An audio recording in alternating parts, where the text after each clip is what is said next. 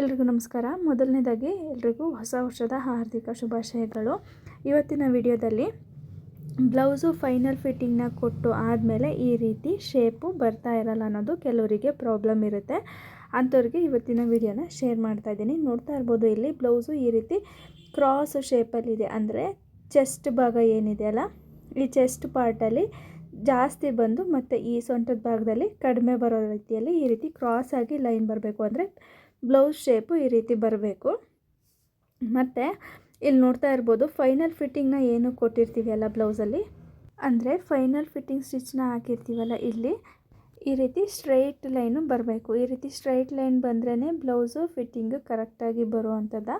ಅಥವಾ cross line ಬರುತ್ತಾ, ಯಾರಿಗೆಲ್ಲ ಆ ರೀತಿ ಕ್ರಾಸ್ ಲೈನ್ ಬರುತ್ತೆ ಅನ್ನೋದನ್ನು ಇವತ್ತಿನ ವಿಡಿಯೋದಲ್ಲಿ ಎಕ್ಸ್ಪ್ಲೈನ್ ಮಾಡ್ತಾ ಇದ್ದೀನಿ. ಇಲ್ಲಿ ನೋಡ್ತಾ ಇರ್ಬೋದು ಯಾವ ರೀತಿ ಸ್ಟ್ರೈಟ್ ಲೈನು ಬರುತ್ತೆ ಅಂತ. ಈ ರೀತಿ ಸ್ಟ್ರೈಟ್ ಲೈನ್ ಬರಬೇಕು ನಾವು ಸ್ಟಿಚ್ ಮಾಡುವಂಥ ಬ್ಲೌಸು.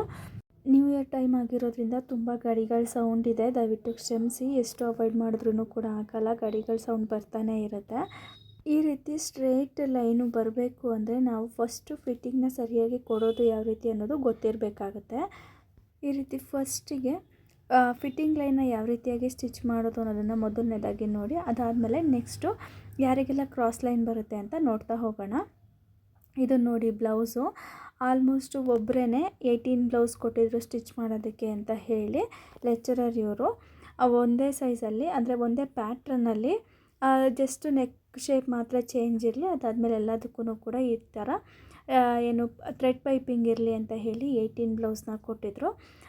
ಅವ್ರದ್ದೇನೆ ಈ ಬ್ಲೌಸು ನೋಡಿ, ಇದು ಸ್ಟಿಚ್ ಆಗಿದೆ. ಇದಕ್ಕಿನ್ನ ನಾನು ಫೈನಲ್ ಫಿಟ್ಟಿಂಗ್ ಕೊಟ್ಟಿಲ್ಲ, ಅಂದರೆ ಲಾಸ್ಟ್ ಫಿನಿಶಿಂಗ್ನ ಕೊಟ್ಟಿಲ್ಲ. ಅದನ್ನು ಯಾವ ರೀತಿಯಾಗಿ ಕೊಡೋದು ಅಂತ ಈಗ ನೋಡ್ತಾ ಹೋಗೋಣ. ನೋಡಿ, ಇಲ್ಲಿ ಫೈನಲ್ ಫಿನಿಶಿಂಗ್ ಕೊಡೋದಕ್ಕೆ ಅಂತ ಹೇಳಿ ಎಲ್ಲನೂ ಕೂಡ ರೆಡಿ ಆಗಿದೆ. ಜಸ್ಟ್ ಈಗ ಫಿಟ್ಟಿಂಗ್ ಲೈನ್ನ ಮಾರ್ಕ್ ಹಾಕ್ಕೊಬೇಕು. ನಾನಿಲ್ಲಿ 2 ಥರ ಮಾರ್ಕಿಂಗ್ನ ತೋರಿಸ್ತಾ ಇದ್ದೀನಿ.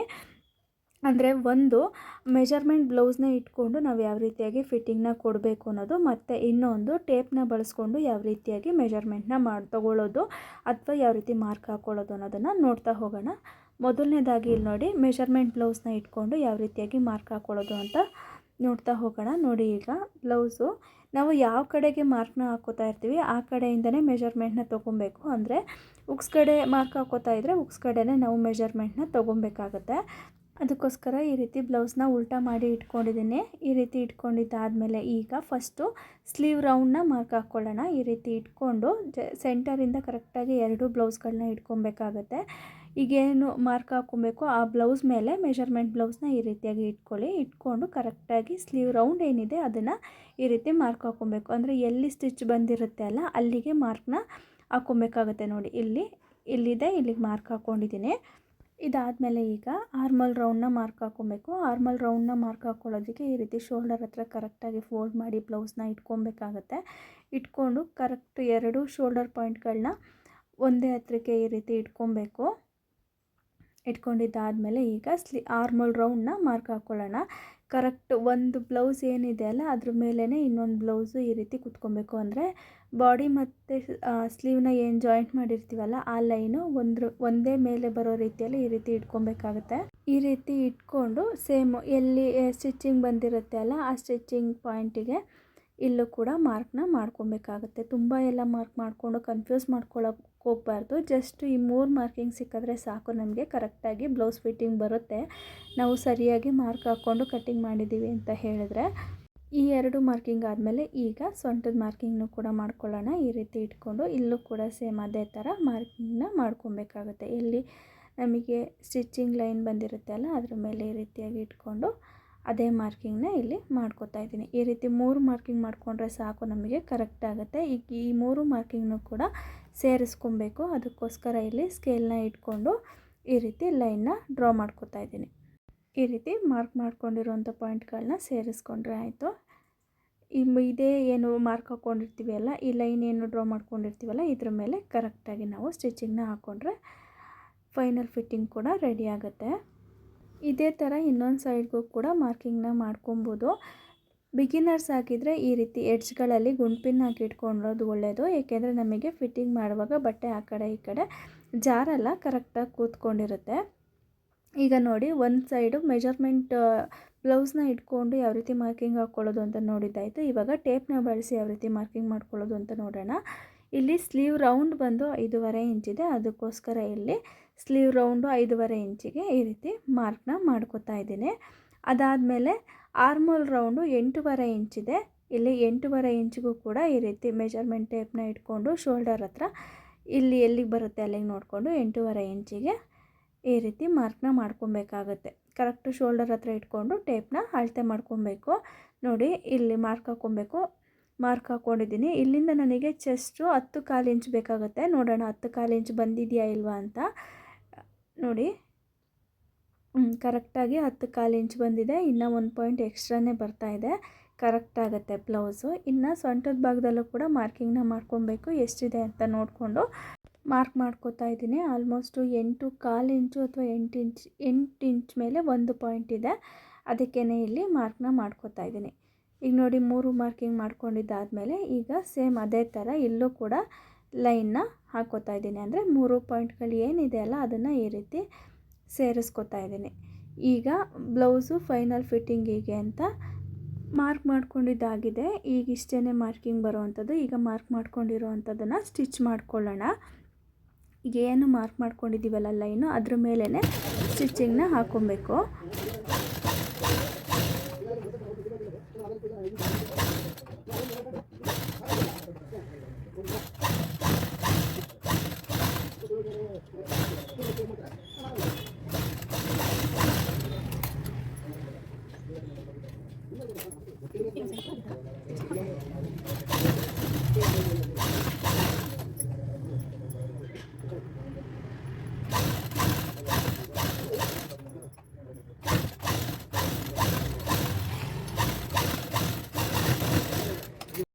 ಇವಾಗ ನೋಡಿ ಸ್ಟಿಚಿಂಗ್ ಹಾಕಿದ್ದಾಗಿದೆ. ಇವಾಗ ಹಾಕಿರುವಂಥ ಗುಂಪಿನ ರಿಮೂವ್ ಮಾಡಿಕೊಂಡು ಬ್ಲೌಸ್ನ ಸೀದಾ ಕಡೆಗೆ ಪಲ್ಟಾಯಿಸ್ಕೊತಾ ಇದ್ದೀನಿ.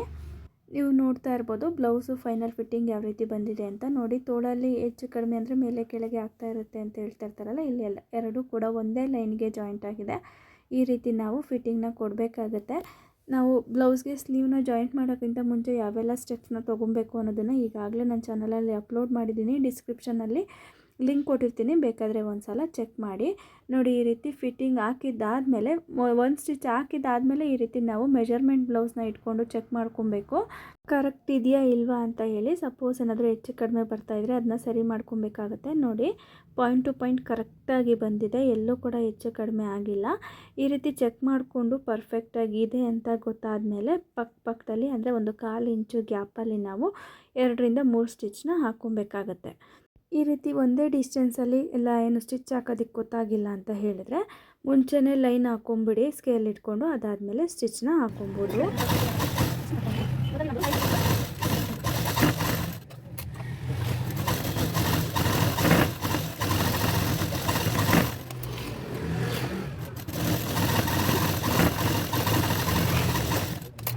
ನೋಡಿ ನಾನು ಈ ರೀತಿ ಸ್ಟಿಚ್ ಹಾಕ್ಕೊಂಡಿದ್ದೀನಿ. ಈ ರೀತಿ ಸ್ಟಿಚ್ ಹಾಕ್ಕೊಂಡಿದ್ದಾದಮೇಲೆ ಎಕ್ಸ್ಟ್ರಾ ಇರೋವಂಥ ಬಟ್ಟೆನ ಕಟ್ ಮಾಡಿಕೊಂಡು ಬಟ್ಟೆನ ಈ ರೀತಿ ಸ್ಟ್ರೈಟ್ ಮಾಡ್ಕೊಬೇಕು. ತುಂಬ ಏನು ಎಕ್ಸ್ಟ್ರಾ ಬರಲ್ಲ, ಕರೆಕ್ಟಾಗಿ ಮೆಜರ್ಮೆಂಟ್ ತೊಗೊಂಡು ಕಟ್ ಮಾಡ್ಕೊಂಡಿದ್ರೆ 1 ಪಾಯಿಂಟ್ ಅಷ್ಟು ಎಕ್ಸ್ಟ್ರಾ ಬಂದಿರುತ್ತೆ, ಅದನ್ನು ಕಟ್ ಮಾಡ್ಕೊಂಡು ಈ ರೀತಿ ಸ್ಟ್ರೈಟ್ ಮಾಡಿಕೊಂಡ್ರೆ ಓವರ್ಲಾಕ್ ಮಾಡೋದಕ್ಕೆ ಈಸಿ ಆಗುತ್ತೆ.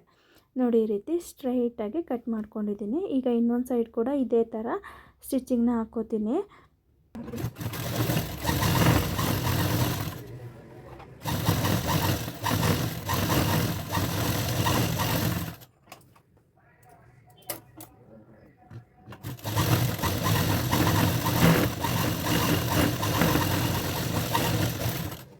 ನೋಡಿ ಈ ಸೈಡ್ ಕೂಡ ಸ್ಟಿಚಿಂಗ್ ಆಗಿದೆ. ಈಗ ಎಕ್ಸ್ಟ್ರಾ ಇರೋವಂಥ ಬಟ್ಟೆನೂ ಕೂಡ ಇಲ್ಲೂ ಕಟ್ ಮಾಡಿಕೊಂಡು ಬಟ್ಟೆನ ಈ ರೀತಿ ಸ್ಟ್ರೈಟ್ ಮಾಡ್ಕೋತಾ ಇದ್ದೀನಿ. ಇಷ್ಟ ಆದರೆ ಮುಗೀತು. ಏನು ಬ್ಲೌಸಲ್ಲಿ ಸೈಡ್ ಫಿನಿಶಿಂಗ್ ಕೊಡೋದು ಕಂಪ್ಲೀಟ್ ಆಗುತ್ತೆ. ನೋಡಿ ಯಾವ ರೀತಿ ಸ್ಟ್ರೈಟ್ ಲೈನು ಬಂದಿದೆ ಅಂತ ಫಿಟ್ಟಿಂಗ್ ಕೊಡೋದಕ್ಕೆ. ಈಗ ನಾವು ಓವರ್ಲಾಕ್ ಮಾಡಿಕೊಂಡ್ರೆ ಮುಗೀತು. ನೋಡಿದ್ರಲ್ಲ ಈ ರೀತಿ ಸ್ಟ್ರೈಟು ಫಿಟ್ಟಿಂಗ್ ಬರುತ್ತೆ ಬ್ಲೌಸು ಫೈನಲ್ ಫಿನಿಶಿಂಗ್ ಕೊಡುವಾಗ. ಈ ರೀತಿ ಸ್ಟ್ರೈಟ್ ಲೈನ್ ಬಂದಾಗಲೂ ಕೂಡ ಬ್ಲೌಸ್ ಶೇಪ್ ನಾನು ಮುಂಚೆನೇ ಏನು ಹೇಳಿದೆ ಅಂದರೆ ಸ್ಟಾರ್ಟಿಂಗಲ್ಲಿ ಏನು ಹೇಳಿದೆ ಅದೇ ಥರ ಬ್ಲೌಸ್ ಶೇಪು ಬರುತ್ತೆ. ನೋಡಿ ಈ ರೀತಿ ಕ್ರಾಸಲ್ಲಿ ಅಂದರೆ ಚೆಸ್ಟ್ ಭಾಗದಲ್ಲಿ ದೊಡ್ಡದಾಗಿ ಮತ್ತು ಸೊಂಟದ ಭಾಗದಲ್ಲಿ ಈ ರೀತಿ ಲೈನು ಒಳಗಡೆ ಹೋಗಿರೋ ಥರ ಈ ರೀತಿ ಫಿಟ್ಟಿಂಗ್ ಲೈನು ಬರುತ್ತೆ. ಈ ರೀತಿ ನೀಟಾಗಿ ನಾವು ಫಿಟ್ಟಿಂಗ್ನ ಕೊಟ್ವಿ ಅಂದರೆ ಹಾಗಂತ ಹೇಳಿ ಎಲ್ಲರಿಗೂ ಇದೇ ಥರ ಫಿಟ್ಟಿಂಗ್ ಲೈನು ಬರುತ್ತೆ ಅಂತ ಹೇಳೋದಕ್ಕೆ ಆಗಲ್ಲ.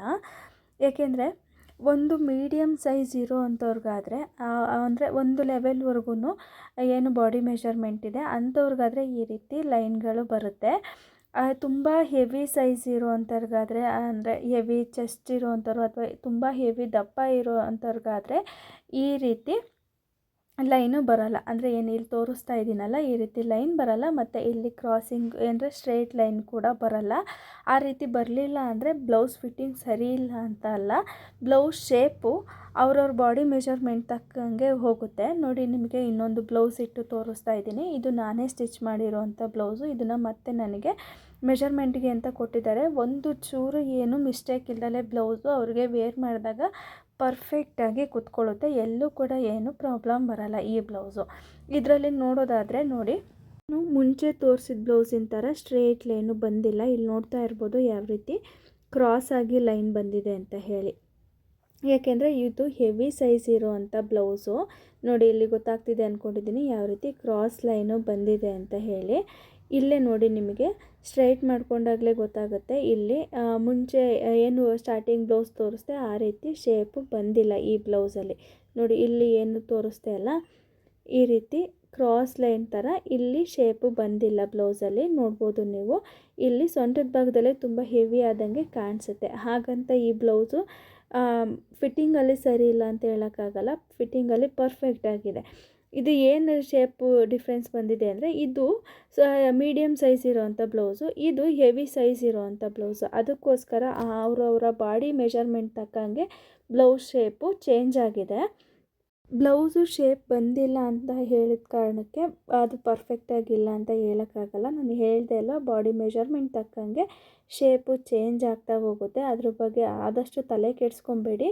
ಬ್ಲೌಸು ಫಿಟ್ಟಿಂಗ್ ಯಾವ ರೀತಿ ಇದೆ ಅಂತ ನೋಡಿ ಚೆಕ್ ಮಾಡಿ, ಅದನ್ನು ಏನಾದರೂ ಮಿಸ್ಟೇಕ್ ಇದ್ದರೆ ಅದನ್ನ ಸರಿ ಮಾಡ್ಕೊಳ್ಳಿ. ಎಲ್ಲರಿಗೂ ಕೂಡ ಒಂದೇ ಥರ ಶೇಪಲ್ಲಿ ಬರಲ್ಲ, ಎಲ್ಲರಿಗೂ ಕೂಡ ಸ್ಟ್ರೈಟ್ ಲೈನ್ ಬರಲ್ಲ.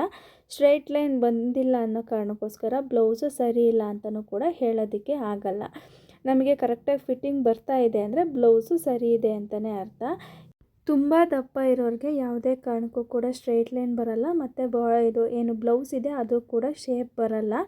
ಅಂಥವ್ರಿಗೆಲ್ಲ ನಾವು ಸ್ಟ್ರೈಟ್ ಲೈನ್ ಕೊಟ್ಟು ನಾವು ಏನು ಬ್ಲೌಸ್ ಫಿಟ್ಟಿಂಗ್ ಕೊಡ್ತೀವಿ ಅಂತ ಹೋದರೆ ಸರಿ ಆಗಲ್ಲ. ಬ್ಲೌಸಲ್ಲಿ ಮಿಸ್ಟೇಕ್ ಆಗ್ತಾ ಹೋಗುತ್ತೆ. ನೋಡಿ, ಇಲ್ಲಿ ನಾನು ತೋರಿಸ್ತೀನಿ. ಕೆಲವ್ರಿಗೆ ಏನಪ್ಪ ಅಂದರೆ ಸ್ಲೀವ್ ಪಾರ್ಟಲ್ಲಿ ಕಡಿಮೆ ಇದ್ದು ಚೆಸ್ಟ್ ಪಾರ್ಟಲ್ಲಿ ಜಾಸ್ತಿ ಇರುತ್ತೆ. ಅಂಥವ್ರಿಗೂ ಕೂಡ ನಾವು ಸ್ಟ್ರೈಟ್ ಲೈನಲ್ಲಿ ಸ್ಟಿಚ್ ಮಾಡೋಕ್ಕಾಗಲ್ಲ. ನೋಡಿ, ಇಲ್ಲಿ ನೋಡ್ತಾ ಇರ್ಬೋದು, ಇಲ್ಲಿ ಚೆಸ್ಟ್ ಹತ್ರ ಕ್ರಾಸಿಂಗಲ್ಲಿ ಸ್ಟಿಚಿಂಗ್ ಬಂದಿದೆ ಈ ರೀತಿ. ನೋಡಿ, ಇಲ್ಲಿಂದ ಅಂದರೆ ಸ್ಲೀವ್ ರೌಂಡಿಂದ ಈ ಆರ್ಮಲ್ ರೌಂಡ್ವರೆಗೂ ಕೂಡ ಇಲ್ಲಿಂದ ಸ್ಟಿಚ್ ತಂದು ನಿಲ್ಲಿಸಿ, ಅದಾದಮೇಲೆ ಇಲ್ಲಿವರೆಗೂ ಸ್ಟಿಚ್ ತಂದು ನಿಲ್ಲಿಸಿ, ಅದಾದಮೇಲೆ ನೋಡಿ ಇಲ್ಲಿಂದ ಕ್ರಾಸಿಂಗಲ್ಲಿ ಸ್ಟಿಚ್ ಬಂದಿದೆ. ಇಲ್ಲಿ ನಿಲ್ಲಿಸಿ ಅದಾದಮೇಲೆ ಮತ್ತೆ ಕೆಳಗಡೆಯಿಂದ ಸ್ಟಿಚ್ನ ತೊಗೊಂಬಂದು ಇಲ್ಲಿಗೆ ನಿಲ್ಲಿಸ್ಬೇಕಾಗುತ್ತೆ. ಇಲ್ಲಿಂದ ಸ್ಟಿಚ್ ತೊಗೊಂಬಂದು ಇಲ್ಲಿ ನಿಲ್ಲಿಸ್ಬೇಕಾಗುತ್ತೆ. ಇಲ್ಲಿ ನಾವು ಸ್ಟ್ರೈಟಾಗಿ ಸ್ಟಿಚ್ ಮಾಡ್ತೀವಿ ಅಂತ ಹೋದರೆ ಚೆಸ್ಟ್ ಪಾರ್ಟಲ್ಲಿ ಟೈಟ್ ಬಂದುಬಿಡುತ್ತೆ. ಸ್ಟ್ರೈಟಲ್ಲಿ ಯಾವುದೇ ಕಾರಣಕ್ಕೂ ಸ್ಟಿಚ್ ಬರಲ್ಲ. ಅದಕ್ಕೋಸ್ಕರ ಆದಷ್ಟು ಅವ್ರವ್ರ ಬಾಡಿ ಮೆಷರ್ಮೆಂಟ್ ತಕ್ಕಂಗೆ ನಾವು ಏನು ಫಿಟ್ಟಿಂಗ್ನ ಕೊಡಬೇಕಾಗುತ್ತೆ. ಎಲ್ಲರಿಗೂ ಒಂದೇ ಥರ ಫಿಟ್ಟಿಂಗ್ ಕೊಟ್ಟರೆ ಬ್ಲೌಸು ಸರಿ ಬರಲ್ಲ. ಎಲ್ಲದಕ್ಕೂ ಕೂಡ ಸ್ಟ್ರೈಟ್ ಲೈನ್ ಬರಬೇಕು ಅಂದ್ರೂ ಕೂಡ ಫಿಟ್ಟಿಂಗ್ ಸರಿಯಾಗಿ ಬರಲ್ಲ.